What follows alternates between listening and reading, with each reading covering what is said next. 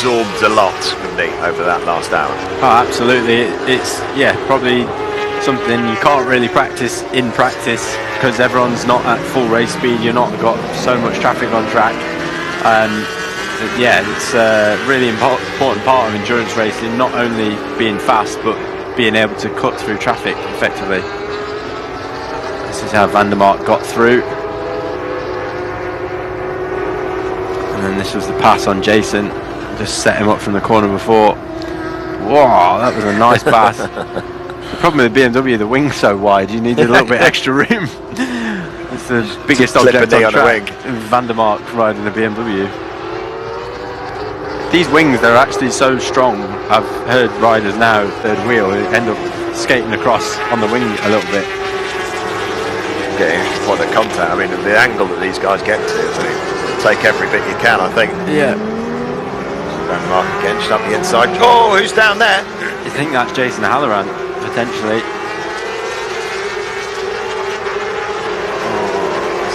Happens more and more often. There he is, down and desperately trying to get some help from the marshals, but it's so easy to get distracted by looking at back markers, desperately not wanting to see Van der Mark get away. Traffic, you might be on a slightly different line. Look how much traffic's in front of him here, and easily done. Well, he just seen Van der Mark go up the inside of somebody, whether that's you going, oh, I need to get past as well, and all of a sudden just lost the front. Is he going to go into the pits, or is he going to go for a that close? He hasn't had an opportunity to feel, has he? Yeah. Assembly's built it up so they can quickly remove this seat here, and they'll have a seat ready to go with everything already fitted to it. Same with... Well, that's a real kick in the teeth for the Yamaha team. They were right in the mix for a podium today, and you have to say that podium opportunity for today at least looks like it could have disappeared as we look at the Yoshimura Cert Motor team. 11th position for them. I have to say, they're the most consistent, have they? No, it's they've had a tricky year. Dan Linfoot injured himself in pre-season, and then riders got Fritz on it.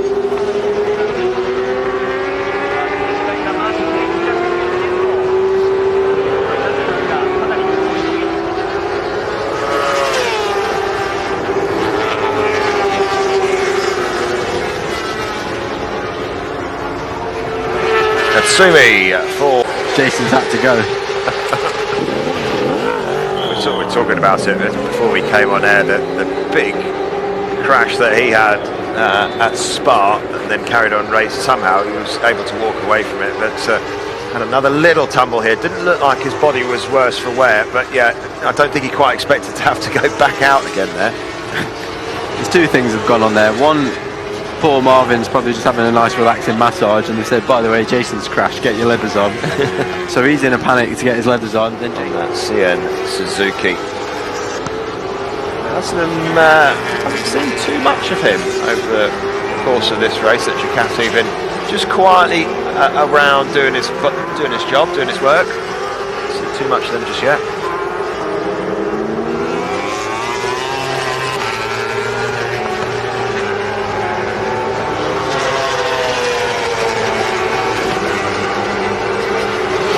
At the front, it's hard to pull them apart between Takahashi and Miller, and in the previous stint with Zarco and Locatelli, they're both consistently in the 7s and the 8s. The gap's still 13.5 seconds. When it's in the hot part of the day with the front tyre, and see what happens later in the race. Good luck, Dan. Did exceptionally well really with their crash, because they only dropped down to 10th, whereas Jason Halloran with their crash they're in 29th and 4 laps down. Dan's team only a lap down, so it was really costly that, even though Jason's not sure whether that was the guy carrying the bike down the pit lane or what. Their day's going from I'd be investigating why he'd be carrying the bike down pit lane as well, but probably more internal than by race direction. But certainly interesting manoeuvres. But the gap, if the graphic on the left is to be believed, under 11 seconds for the first time for a long time. Miller been able to move the chains for... I will say after that first stint, Zarco didn't exactly look very fresh. So I imagine by come the end of this race, the current pace they're riding as well, it's not going to be easy. He did say it wasn't easy to maintain 207s as well, but that's enough if they can do that.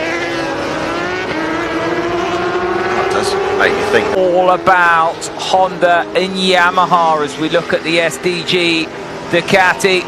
That bike with Leon Haslam there in 4th place, and yes, it might be stopping earlier than some of the others, but it's good to see the machine that was very quick last year, quick again in 2025.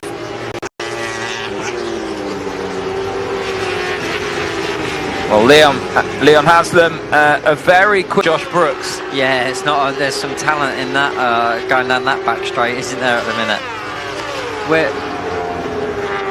Where is the number 99 bike overall?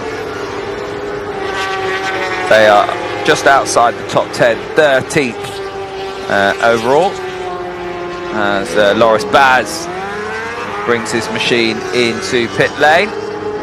Pro Plate, the only machine in the experimental class here at Suzuka this year, running 100% sustainable fuel. Now, talking of fuel, is that bike out of fuel? This is Gianni on the Honda No Limits machine, first in class, Can't happen yet. There's Jack. And that was a good stint. He'll be pleased to get...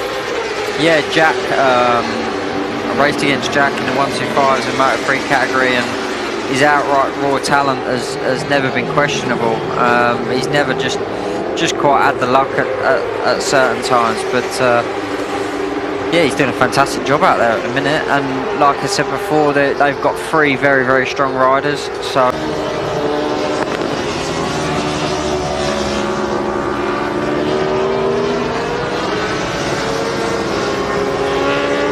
Craig Stanyon getting in touch on X, watching in Auckland. Welcome, you get in touch at Danny Webb 99, at Tom Gaymore, Gaymor, wherever you are watching. Keep us company. There's Jack Miller. yeah, Jack still looks pretty fresh. Nothing he's not used to. His machine now back out in the hands of Katsuyuki Nakasuga, who started it, had that difficult start, and then brought the machine back up towards the top 3. Yeah, they've stayed about the same for the Honda No Limits bike. They're currently on the inside of the circuit. How are they going to get to the other side? Yeah, I didn't think about that. Yeah, that's very true. Well, they can't. They're not going to be able to cross the live track, that's for sure. So not the fastest part of the track on the exit of 130R. No.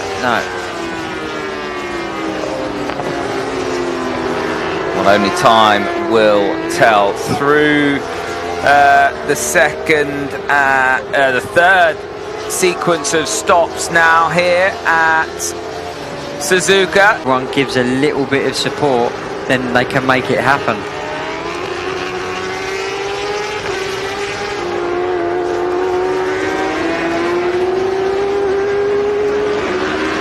Takumi Takahashi leads from Katsuyuki Nakasuga. Kokoro Atsumi in 3rd, with Yuki Kuni there in 4th place. 4 Japanese riders in the... Certainly is. Was that the Kawasaki in the background going into pit lane? Maybe about to serve their stop and go as we take a look at the SDG Ducati team. Bike back out after a lengthy period under the mechanics looking down at something there. Is he looking down then, or is that just his riding style? No, yeah, it looks like he's got some kind of problem. Oh, yeah, he has. This bike has been down the road, so... Spent a long time in the garage, actually, didn't it? So yeah. I mean, on the left-hand side there is the buttons normally for changing all the engine brake and traction control with. Well, back in the thick of things at the moment. Still glancing down at that left-hand side. I'm sure, unless he's been able to fix whatever it is, might be making his way back into the pits next time round. He's got to basically do a full lap, dual blow with what is at least one stop and go penalty that we know is coming. Yeah, this endurance race, it's more so been a battle, apart from the front two, of just who's the most consistent and not making any mistakes. We've seen so many crash concentration. The tyre temperatures are getting really hot. The bike's moving around a lot. They feel really greasy underneath you, and easy for people to make a mistake, especially for the guys as well, like Van der race, as they been down the road as well. but yeah, and sat out for about half an hour at one point. So it looks like whatever was troubling these guys, looks like he might have been able to fix it, because he's gone back round again. So seemingly the 16-second advantage, and he has just been on an absolute mission, piling the pressure onto the Yamaha of Nakasuga. Nakasuga has not been able to answer that question. Zarco set that lap record in qualification and has absolutely been on one. As we see the laps tick away, Ducati seemingly back running as the team were hoping to. What a shame that is. They're running pretty quick, but having been they were going well. They were up in 7th position. it's my old friend Dejira Hiura, who I've not seen. Teammates of Josh Brooks as well, which is a real shame. Josh, a really consistent performance in the 207s, the 208s, easing his team to over a minute and a half's lead. Looking very comfortable indeed. Honda HRC, no troubles whatsoever. And Takahashi back out for, that is 3rd stint, is it? yeah, I noticed that time Johan didn't even bother to say anything. Too tired. He hasn't got any I haven't words got there. time. There's nothing to say. Get out there and get on with it. Still hot. I think Yeah. would be the only things he'd be able to. Yeah. But no, That level.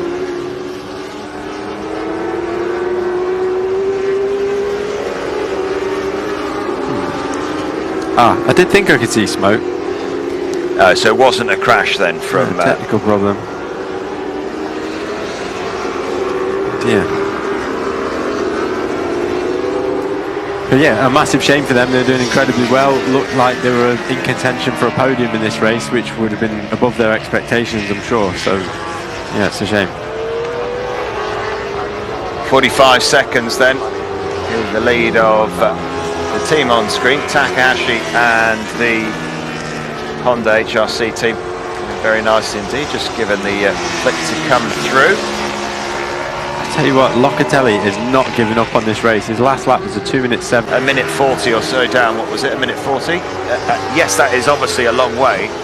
But a little off, a little momentary lapse, and as these guys as Takahashi gets more tired and Zarco get more tired, as they have to do extra work compared to their rivals, that's when stuff can turn around and come back to you. Yeah, I think it ended up at a minute 40 when we were Team Hog Pro Honda. Just managing to keep out of trouble. And it's so often the case when it comes to performing at the endurance races. It is about limiting the mistakes and limiting those errors and doing a nice job. You grabbed hold. There you go. It's the thing. Once you've had a crash, you're still full of adrenaline when you first crash, and then gradually, as the adrenaline wears off, Hot and supple, and then everything starts blistering. I think I'll stay in the commentary box, mate. You've not sold it to me. I've signed you up, mate. I've signed you up. That's it. We're going next year. I'd be one of those people where the bike's bolt upright and I'm leaning off out the back. Decided he's on a bit of a mission. Not sure who he's hunting down. Looks like he's too far away, but he's certainly giving it a go.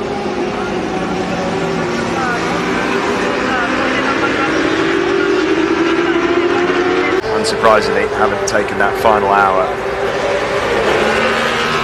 yeah, they've got that nice safety margin now, and they know where they are with their pit stops, so they don't need to panic. You can see as the temperature dropped off in the day how the lap times got faster, and then finally in the dark. 4 minutes to go.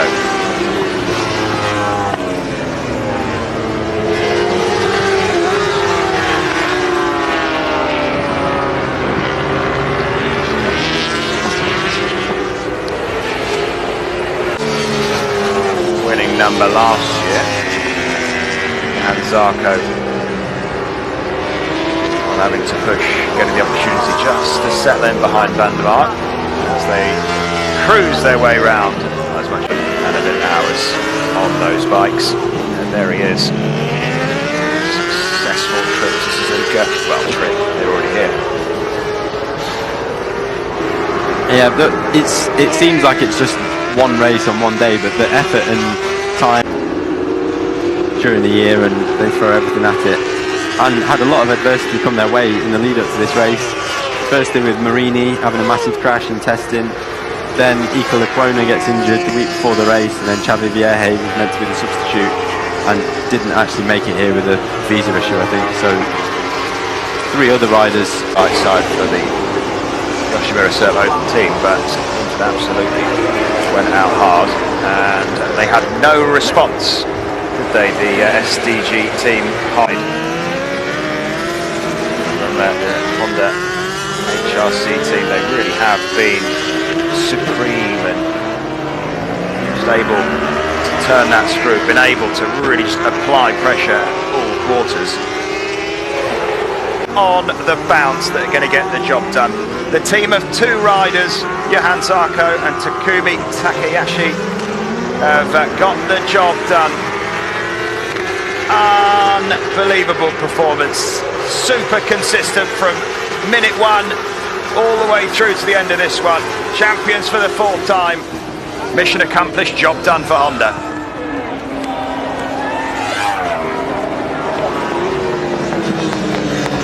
Just such a brilliant performance, wasn't it?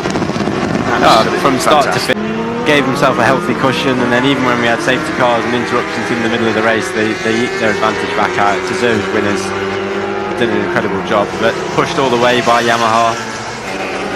Having seen the pit stop times, it looked well. Yamaha racing team on the podium, 2nd position. They came to try and spoil the Honda party, couldn't quite get the job done. Nakasuga, Miller and Locatelli all did their best, and 2nd place the reward as Honda celebrate, and those parties I'm sure will go along into the night.